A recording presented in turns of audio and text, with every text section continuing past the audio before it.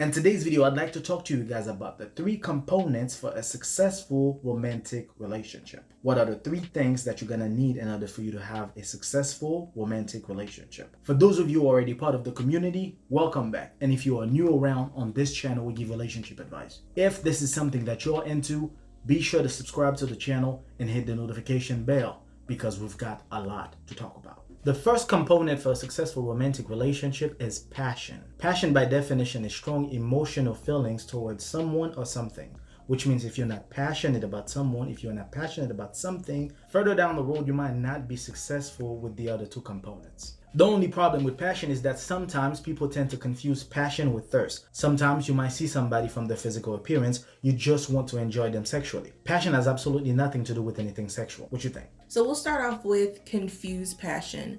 Like you just stated, some people mistake thirst for legitimate passion. Like, say for instance, you have an idea in your head of your perfect person and all of the notches on your checklist are physical.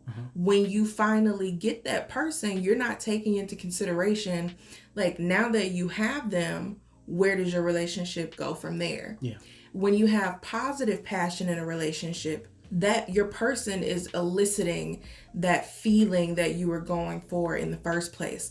In a positive, passionate relationship, that passion keeps going and those feelings keep building, and they can make for a very successful romantic relationship. Yeah. Unfortunately, people tend to really think about sexual needs, you know what I mean? They get with the mindset, oh yeah, I think I'm very attracted to her. I think I'm passionate to be in a relationship with her, without understanding that sometimes after they spend time in the bedroom, they just don't find the connection because the passion was never there. They just wanted to spend time with them, and once that's done, they're gonna realize that it was never a passion. And that's why I always tell folks, take time to get to know people because it's more than the eyes can see. You know what I mean? Definitely. And when you have a passion-based relationship only, that's an infatuation. That's not even healthy. Yeah. Just to be infatuated with someone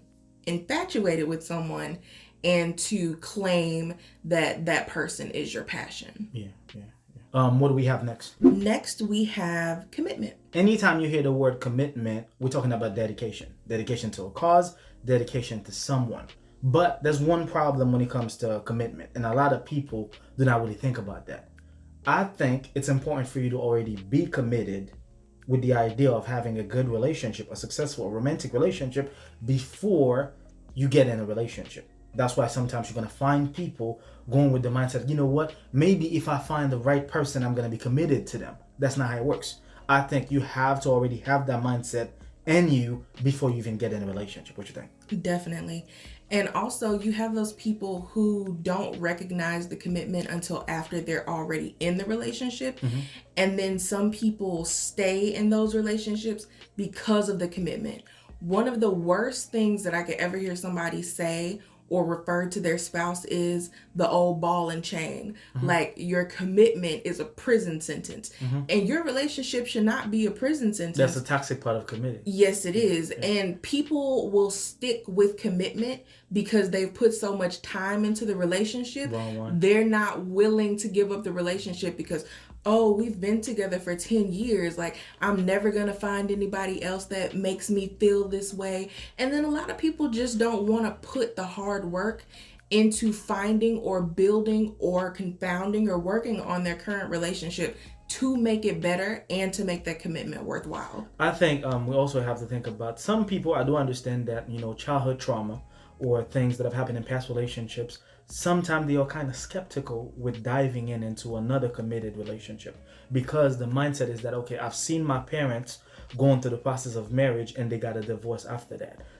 Is it good for me to get into marriage? Is it good for me to get into a relationship? I think it's important for some people to heal in order for you to provide yourself with commitment and the partner that you're going to be in a relationship with, because sometimes people are skeptical for real reasons, you know what I mean? But when we say toxic commitment, we're talking about people who are just together just to be together because they do not want to pay the divorce fee. They are just in a prison instead of a commitment because of financial reasons. What you think?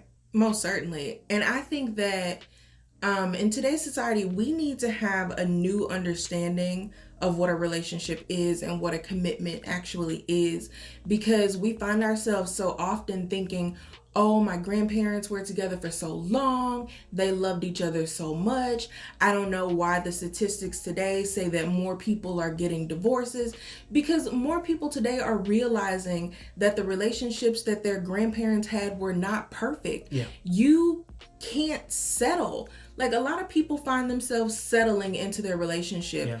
And making that commitment to stay in that relationship, knowing that they're not happy because they fear how other people will see them. Yeah. When Social status. definitely, when you give up on yourself and on your dreams for a loveless commitment, you're just stuck. And meanwhile, in Pawpaw's relationship, you look back on it and you're like, oh, why can't I have that? They more than likely didn't love each other when they got married. Yeah. They were stuck together, and that love grew probably after they already had kids together. Yeah. I remember I was working somewhere. The way they got married is because they met at the club and the guy got her pregnant.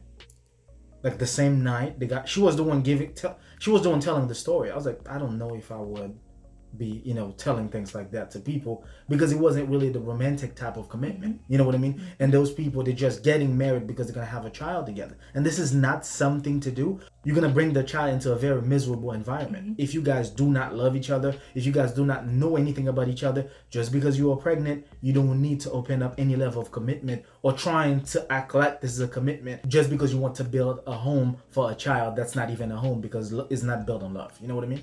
Yeah, and in that instance, like, you only have 9 months to get your stuff together to start to learn the person that you're going to be co-parenting with. Yeah. That's not a situation in 2021 where you should be doing a shotgun wedding because you're pregnant and everybody expects for you to marry that person. Yeah. In all honesty, he could have been a serial killer. Yeah.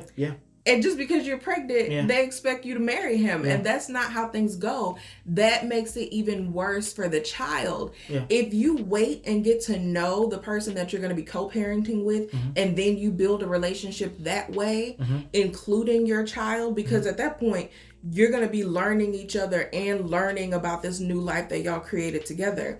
Then if down the line, y'all find out, hey, I think that we actually have a chance, maybe you can move into marriage. But to jump right into it just so the baby can be born with a title is not good. That makes for a very toxic situation. I think we should definitely, for those of you who are trying to have a successful romantic relationship, you have to really think about how valuable it is to actually have a good commitment. Don't just open up a level of commitment to a relationship that you don't know what the foundation is, just because you want to have a social status, just because you don't want people to laugh at you. At the end of the day, this is your life. If you're going to be in prison in a relationship, this is going to be the worst prison. You don't want to do anything that's going to hurt you at the end of the day. So commitment is very important for a successful romantic relationship, but what's not good within the process is to find yourself into the toxic side of commitment, right? Definitely. And then the final component of the three of a successful or any romantic relationship is intimacy. And this is the component that messes with a lot of people. Yes. That messes them up. Yeah. They confuse it. They group every part of intimacy into one. Yeah. And it causes a lot of rifts. I think it's a lack of knowledge. It most definitely is a lack of knowledge. When you hear the word intimacy, what is the first thing that you think of? Most people think sexual. Definitely. Most people think sexual. But in all honesty, there's 8 different types, subsections of intimacy. Yeah. You can have intimacy, of course, sexually. Yeah. But sexual intimacy is not the same thing as physical intimacy. I did a video where I talked about love languages. And when I talked about love languages, I had to distinguish the process within love languages in a sense where you hugging somebody, you kissing somebody on the forehead, you holding somebody's hand is more physical than sexual. You are not doing anything that involves the bedroom. You are just showing the person love by physical touch. And a lot of people, especially for the intimacy level, they don't know anything like that. They don't know intellectual intimacy. Holding a very intelligent conversation with somebody where you're digging into the process of understanding certain things is a quality you don't find in a lot of relationships. And to be candid here, Intellectual intimacy is my absolute favorite. Intellectual intimacy,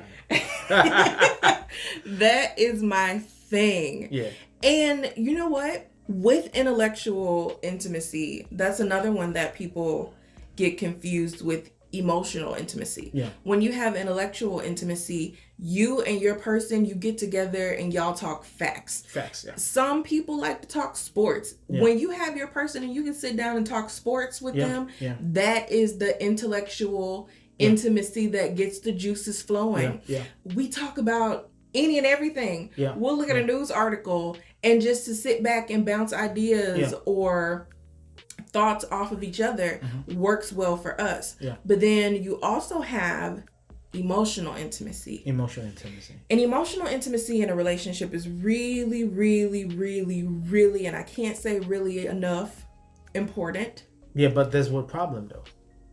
Vulnerability.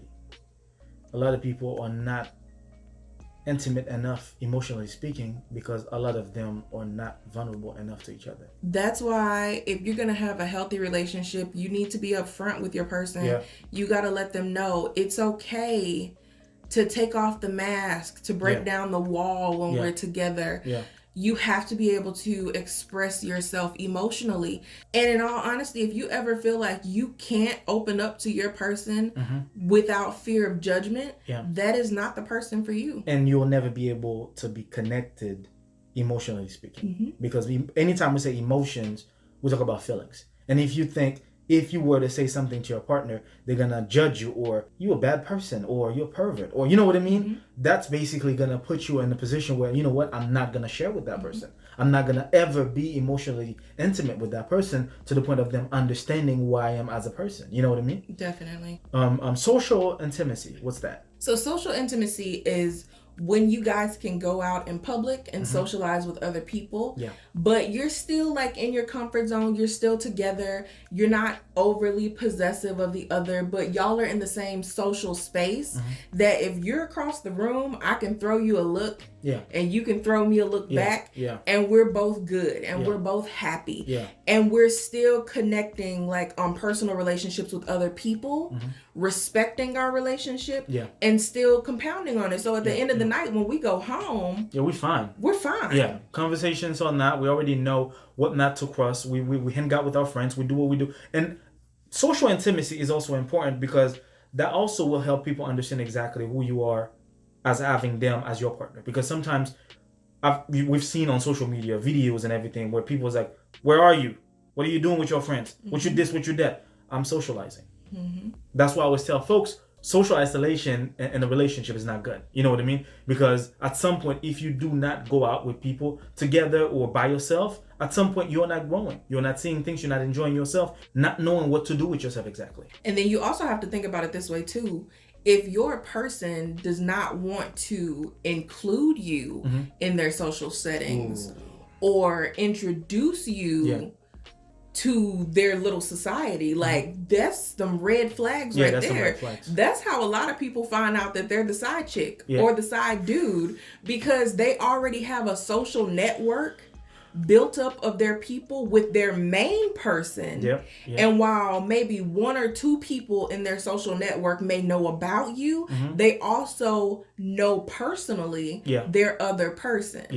So if you ever find yourself in that situation where it's always like, I know we could go out, but let's stay in. Let's Netflix and chill. Let's Hulu and do you. No. You're getting social isolated in a diplomatic way. Definitely. Like, they are not going to go and tell you that, but I don't want you to go hang out with such. I don't want you to do this. That's not good. That's never good. With that also being said, you have to be careful with intimacy, because when you try to be intimate in a certain way and they try to sideswipe you with a different type of intimacy, you're not going to be completely fulfilled.